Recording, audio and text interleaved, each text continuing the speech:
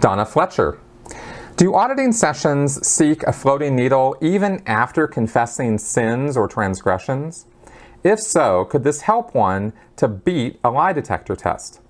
Actually thinking of people like Danny Masterson here.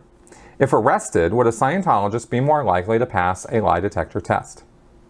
I would say no, in terms of would it be easier for them to pass the lie detector test, and here's why.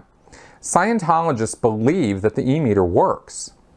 An e-meter works remarkably similar to how a lie detector works, or at least a third of a lie detector, because part of what a lie detector is doing is it's measuring skin resistance, right? It measures, and it's measuring sweat response.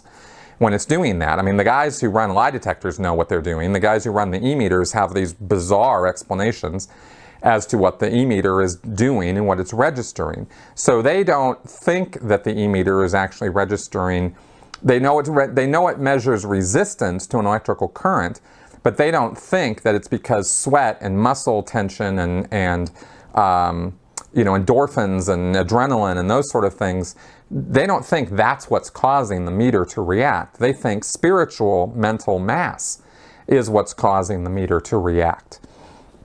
This makes absolutely no sense whatsoever, and I've got to do a whole video explaining all this, which is mostly written at this point.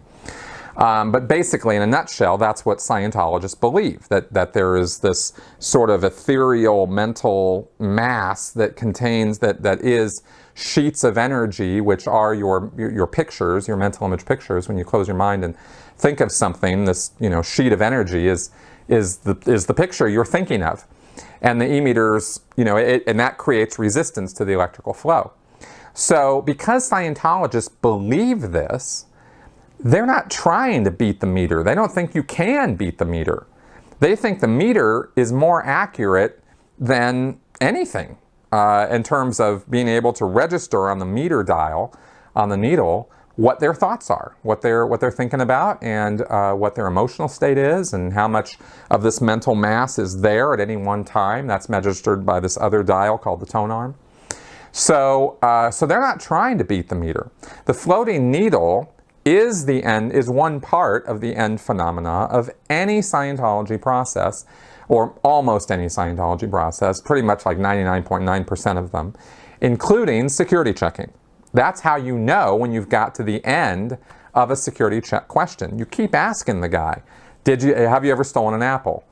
Meter responds, okay, have you ever stolen an apple? And the guy goes, well, yeah, I stole an apple one time. Blah, blah, blah, blah, blah, blah, blah, blah, blah, blah. Okay, good. Needle floats. Good. Now, I'm going to check that question again. This is how a security check goes.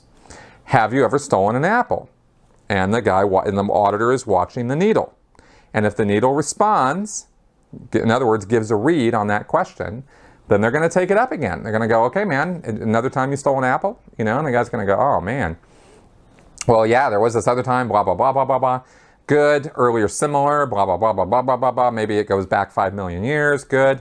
Until that needle floats, right? That's what they're looking for, is a floating needle. The needle floats. They go back to the original question. Have you ever stolen an apple? Watching the needle. And the needle needs to float in response to that question. And that is how you know you're done with that security check question. And you then go on to the next question, because security checks are usually a form with lots of questions on them. Sometimes hundreds of them. Okay? So it can take a long time to get through one of these security checks. On the other hand, it could take a very short time if you're just sitting there holding the cans and the needle's floating the whole time, and meaning you're in a pretty good place mentally and emotionally, and the sec check question gets asked, and the needle floats, and okay, good, we're done with that question, and then they go to the next one, and the next one, and the next one, right? And this is how it goes. So if a Scientologist were put onto a lie detector, they would have no better, in fact, maybe worse of a time trying to fake or get their way through or beat a lie detector, because of their proclivity to think that the machine knows more than they do and is able to register their thoughts before they're even registered consciously in their mind. That's how Scientologists think the meter works. It's a subconscious meter. It responds before you even know what it is that it's responding to. So if anything, it's going to be the other way around. So I hope that all makes sense. And let me know if any other questions on that.